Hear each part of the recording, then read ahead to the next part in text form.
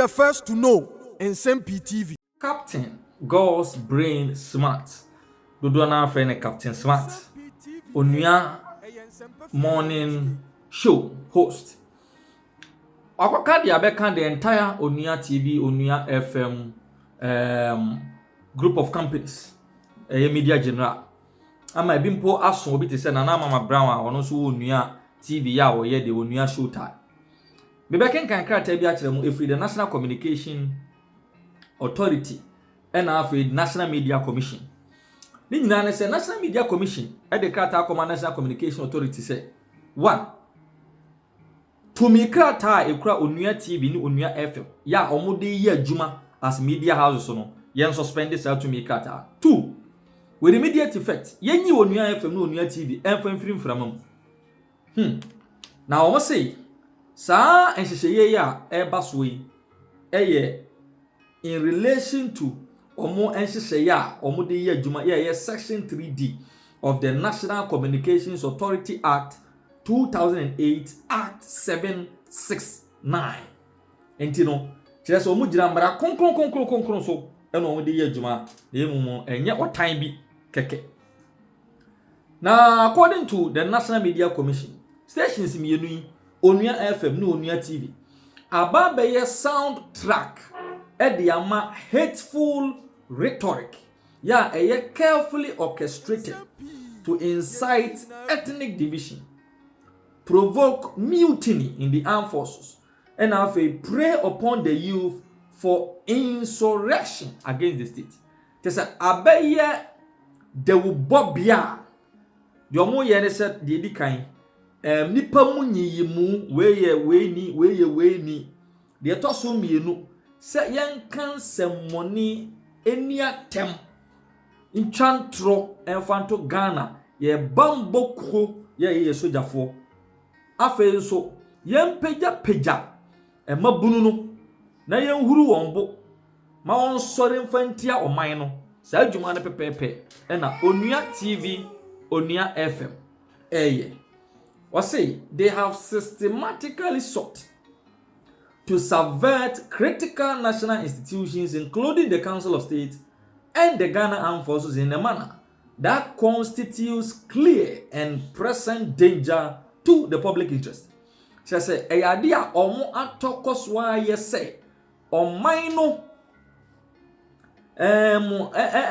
institutions, Council of State, Ghana Armed Forces, ni adi nyina no." And as some de brebia omo horo omo hwe omo dapa din troto omo so ya che se etumi di ohaw ebre temamuni ana afi ye di ohaw ebre sede Ghana ni ne susuye esitie na omo kire mu a BBC ema edurumere bi Onua TV ni Onua FM etumi ba bonten be kan se omo pe ne se chairman of the Council of State yenyini mfrati asefo asase so ye nana otuo srebo ya osan ye oman hene edema dwaben traditional council osan ye the president edema the dwaben traditional council edurumere bi Onua FM no Onua TV to be banframo be kan say omo pemu a papa no yenyini mfamfiri ho na beyond sa enioma enyina edie ne besi ama presenters of a radio station betumi akase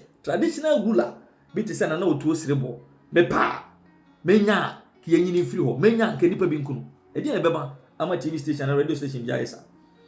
In another instance omu kire mu a this same presenter ya Capt Smart dia hemfo atem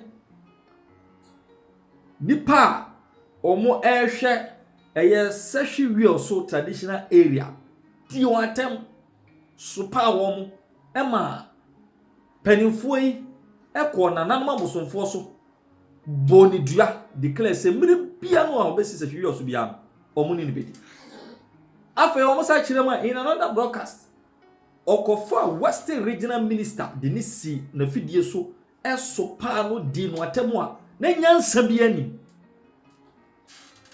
na enya Western Regional Minister kwa omo se waye bi ediama the Northern Regional Minister, Savannah Regional Minister, Northeast Regional Minister, Upper West Regional Minister, Upper East Regional Minister. According to the National Media Commission, such stereotyping and of a tribal bigotry.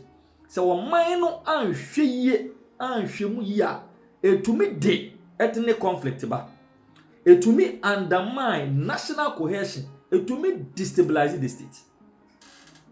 Nana say I'm almost the choma wokra. Ya kwan ya na opeso ofaso. Instigate Editia Ghana Armed Forces, Chief of Defense Staff, after commanders, assistant superintendents.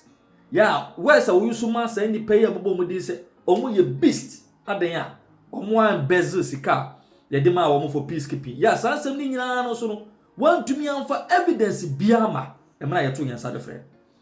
Into the attacks on the military commanders. In the wake of Nyoma ACC wamanya twa ye ho ahia abantutuo ni ade atwa ye ho ahia Niger, Burkina Faso, Sudan, Guinea, Gabon, Mali.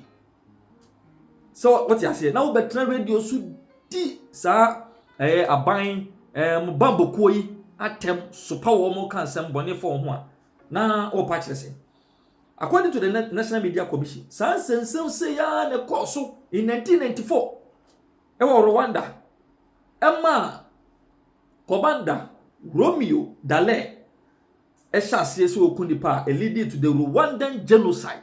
Yet is a nipa ehiro nkwan nipa pem. Na obi beka say bia edi enti na we yasi na omo Captain Smart and Onua TV no Onua FM koko.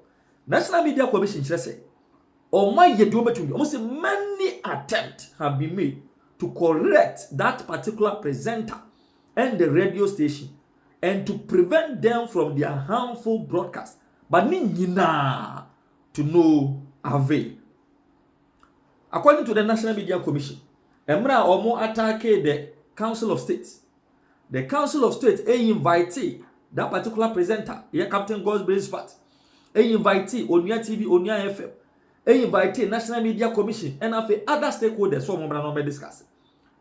Our forum no representative of the stations and a management echiremua and somewhat Captain Smart beke kan no adansidie bianim evidence bianim to omo pa Council of State chaw ya chese management of Onua TV Onua FM perform ebe pa chaw say a free sa danokro they are going to ensure say omo be comply with professional requirements in broadcasting but they see anya juma Captain God's Smart etwa de oyeso ebien osemra osan kwakeka ensem foforo editor Council of State National Media Commission sa frɛ no every station no woni wo say omunko na omunko retract broadcast no na omu apologize to the people of Ghana. Retraction no ankoso, apologize no so ankoso. They wo no mra omu taking legal action editor both NMC Onua TV and Onua FM no omu sign afachire akopachaw e de amawo dina wo se commission no step in ate se wono gichaw pa ni nyina na wo de command the Council of State na nsem ni nyina etu etwa recently the course between the Ghana Armed Forces and the National Media Commission and of Captain God's Smart the same thing as see the Ghana Armed Forces question the National Media Commission say di enti na watan ya hwe ha ama Captain Smart yes anwoma no editia wo commission no assure Ghana Armed Forces say omone Onua TV Onua FM and the said presenter which is Captain Smart Bekasa ampani ampa omo trade the command the board of these TV stations omo ma almost 7 days ultimatum to apologize and retract the broadcast. Once again the board of the television station failed to retract their broadcast and apologize. At the end of the 7 days, commission no sama omo an extension of another 7 days here. After 14 days, the station refused to apologize. And you know, I clear to the NMC said the dangerous broadcast by Captain Smart a deliberate and a sanctioned by the management and board of Onua TV and Onua FM. And you know, according to the NMC, they can no longer rely on the management and the board to be always looking through the back door to plead and blatantly the regulatory interventions are applied.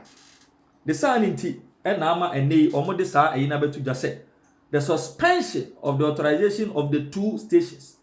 It will never impact broadcasting industry. And see that in any negative way, because Ghana is recognized globally as one of the best nations with diverse and have a plural media. Ushemuya, Ghana's per capita radio and television access are far higher than most democracies in the world. Indeed, some industry analysts argue debatably say the broadcasting market is very saturated with the good, the bad, and the ugly. Yeah, a massive cleanup. Into the massive cleanup, according to the National Media Commission, is starting from these 2 stations. Yeah, deliberately, or my imagination be engaged in unprofessional and have a dangerous practice. Yeah, it has a tendency to affect the citizenry in every way. On a legal basis, Article 164 of Ghana's Constitution has subjected media rights to laws that are reasonably required in the interest of national security and the public order, among other things. In line with Section 13, Clause E of the Electronic Communications Act 2008, Act 775, empower the authority, the National Media Authority, so to me has suspended any frequency authorization where necessary in the interest of the public.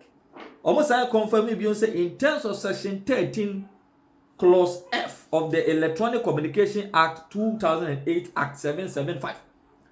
There is also the imposition of a fine, but not yet sufficient considering the circumstances and the dangerous nature of the content of a particular media station, into the persistent defiance of advice.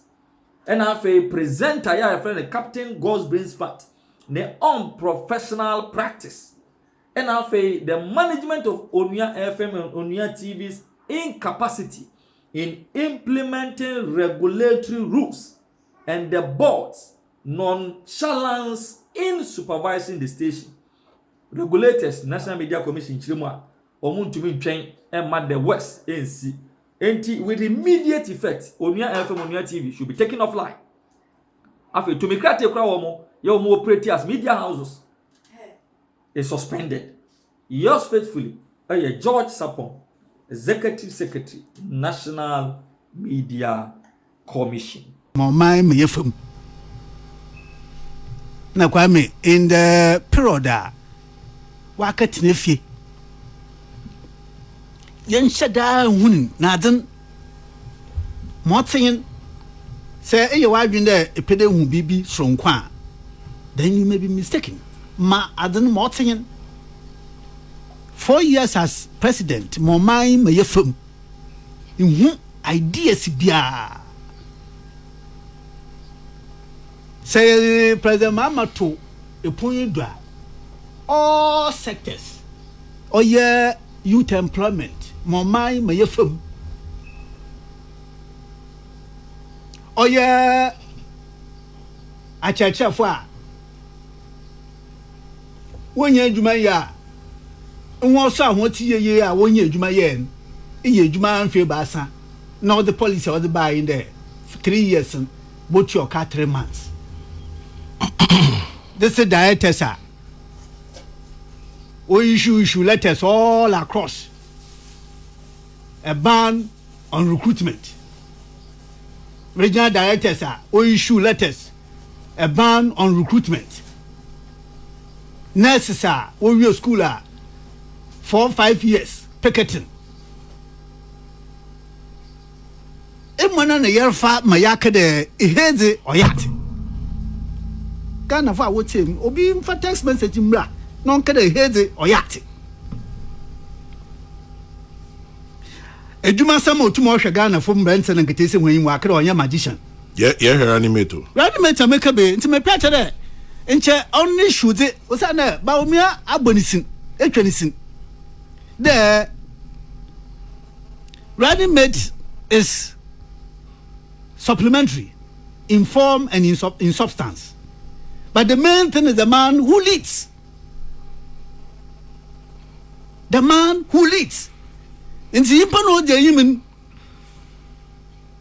Chairman General, sir, it to talk basho and no basho, it's your basho, maybe in barrel bashwa. There's no point there about how you're talking about running mate. That's what point. 4 years as president, Kwame, Messi, Obimfa baby, a particular sector of the economy, Infambra, non kade, Ihede, Oyate, Obimfa, Ombra. Baby. There's not one single sector of the economy. Yabakere Hede, none more than most you are. Nanjesu, Abro Lucy, Lucy Power, 2016, 17, or small kind there. No minimum the Ghana for more in butter and bread. Not small kind. Journalists needs in common kade, or him the Ghana for their emphasis was on butter and bread. 2016 to 2020. One for new ideas, fresh ideas. So I better get a CC or to pan. Oh, hello, in Ghana, Guamba, and one branch in a year, in your senior citizen, Guamba to Mantopano. And then now, senior citizen, I don't change 65 years, I go 70. And so for me, oh, about me.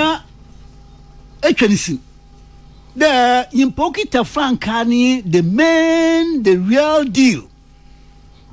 Impokita Francani is on Baba. No matter who you select to partner with this person, FM. Peace FM. And I am indeed, Kwame, here. Mercat to me there. Manu de Simunado, Yamin Pemba, ma Bansam from Fra.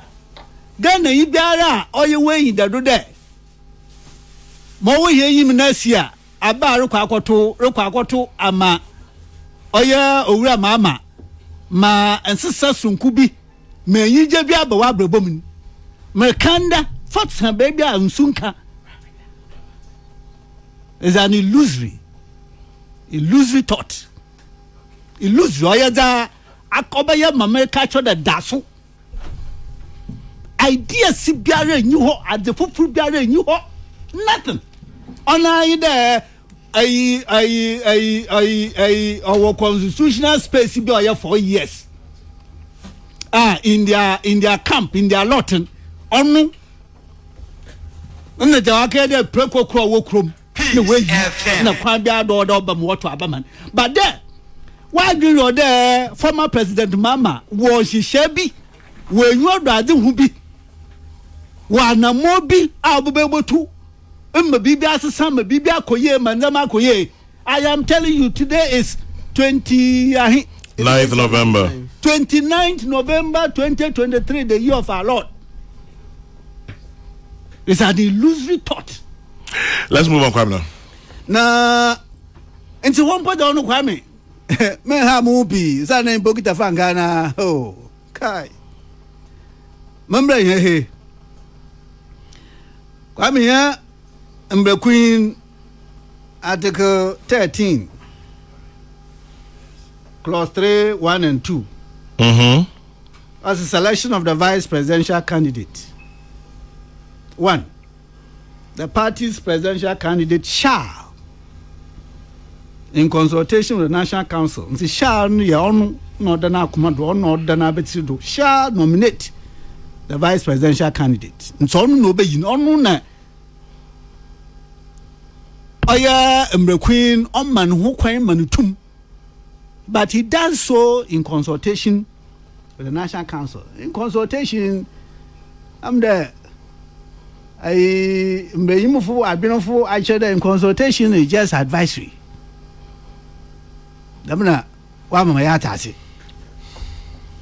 Enti ejumani na da na betido. Ono bohwe na weyi. Na hwe tu na so that the vice presidential candidate shall be a known an active member of at least 5 years, and shall be nominated by the presidential candidate at least 12 months before the general elections, when the party is not in government, or the president is not the candidate. The National Council may, however, dispense with this requirement under special circumstances. And see, a hand ma etasines yenya bemiza no do yin at least 12 months before the general elections. Na untum whether this is amended. Osana samedi menyo kwechira. Makade koto yaba wo Legon yedi yi Owure Kufuado wo December of 2007. Yeah. Emamije. It may be amended. Osana say the na not what the library na. Emambacha no ye wa bem 2007 ye wa bem. Na makade oyi baomia I may be mistaken, but I mean imagine I will freak a kaba. I'm there in August. In August or so. Ya kura kada nedi wo takrade. A supon. Stadium. 2008. Yes. E kada nedi